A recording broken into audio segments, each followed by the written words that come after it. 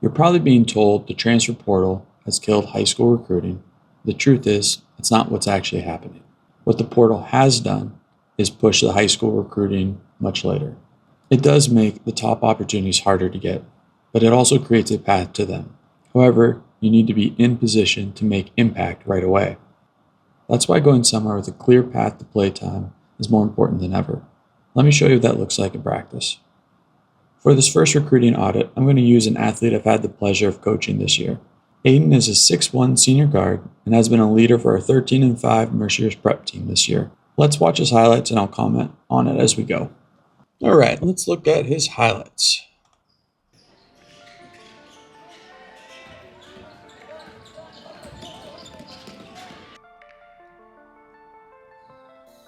"6'1" guard, good length, good frame physically.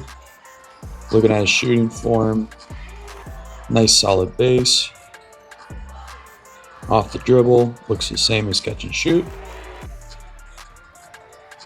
He's got a floater in his game. Here's him on defense. Full court, guarding, cutting off angles, hands are getting active. And a help defensive block. Way to stay with the play. The stats, we have a mix of points, rebounds, and assists. Looks like he's a do-everything type player. Now we're seeing an assist there. Facilitating with good passes to a shooting position. Driving, kicking out. Shows he sees the floor well, quick. One more pass there. Another three, can definitely shoot it. His form is very consistent. Going off the dribble baseline. Gets it back, form looks good, buried three.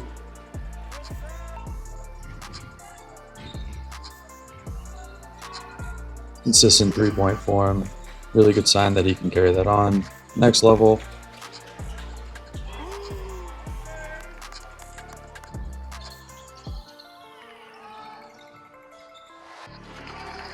Nice high release.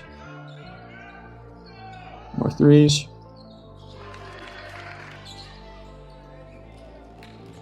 Unselfish play in transition.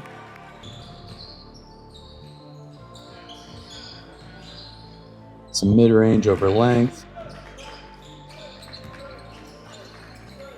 Another mid-range shot. Cool. So Aiden is a do-it-all style guard. He can score it a bit. He can pass it a bit. He's a good defender. He shoots the three well. He makes his teammates better. Makes good decisions on the ball. Defending. He can guard multiple positions. He's physical enough to guard a four, but he also is quick enough to guard like twos, some ones. This translates well to the college game for sure. He's definitely a guy that makes his teammates look better when he's on the floor. All very good things. So the question becomes, what makes a good opportunity for Aiden? Now, the first thing we want to look at is for college is major alignment. You might have an opportunity, but if it's not something you want to study, then you shouldn't be wasting your time with it. So the first thing, do they have something you want to study? That's the question you want to ask. So for Aiden, after talking to him, he wants business or sports business management. The next thing we want to look at is, are there players in your position that are graduating this year or next year? This creates that clear path to play time that we're talking about. So we want to check as well that there aren't players with high minutes, underclassmen that are coming up behind them to take those. So this often indicates that the role is likely to expand. So you're talking about players with maybe 12 to 15 minutes will likely become 18 to 20 or more, depending. So rough rule of thumb for me, if there's a freshman or sophomore playing 12 or plus minutes, they'll likely replace some of the graduating minutes leaving. If there's multiple grads, this is less of an issue. Back to Aiden. So Aiden is interested in business, like we said. So first you need to find schools that align with the major focus. So I made a tool to help with all this. It pulls the opportunities from the schools in PA, New York, and Ohio and ranks them based on opportunity, by position, and then also style of play. So here's an example from his report. So Aiden's list has a number of schools: Alfred, Geneva, Jamestown Community, St. Francis, Nazareth. So this is again going to go through PA, New York, and Ohio and rank based on opportunity for him. Number of levels as well. Didn't really make this to tell you what level you should be. Did this to give families guidance and clarity on the opportunities they should go after. So looking at it, we'll take Geneva as an example, the number 2 on the list for him. Geneva is a Division III school just north of Pittsburgh in Beaver Falls, Pennsylvania. Let's make sure the majors align next. So we're going to search Geneva College majors, and this gives us their program offerings. Clicking in, we see that yes, there is major alignment. You click academic interest, you see business and sports management. So clearly, this aligns with what Aiden is looking for. This could be a good fit academically. Now let's look at the team. I like to pull up as a split view their roster and their stats. See what opportunities are presenting. So for graduating, we have on the roster number 11 is a guard. He's getting 32 minutes a game. Looking at the stats page. Number 20 is a guard/forward who's averaging 32 minutes a game. Number 0 or 00 is averaging 28 minutes a game. He's graduating. And number 35 is a guard/forward, and he's averaging 22 minutes a game. So that seems like there's quite a bit of turnover and reset happening at Geneva. But let's look at returners before we make any final judgments here. All right, so number 21 is a sophomore guard. He's at 34 minutes a game. That's a ton of minutes returning. But because he's already at 34 minutes, that's not likely to make up any of these guys that are leaving. There's just not that many more minutes to play in the game. So he's likely to stay at that level.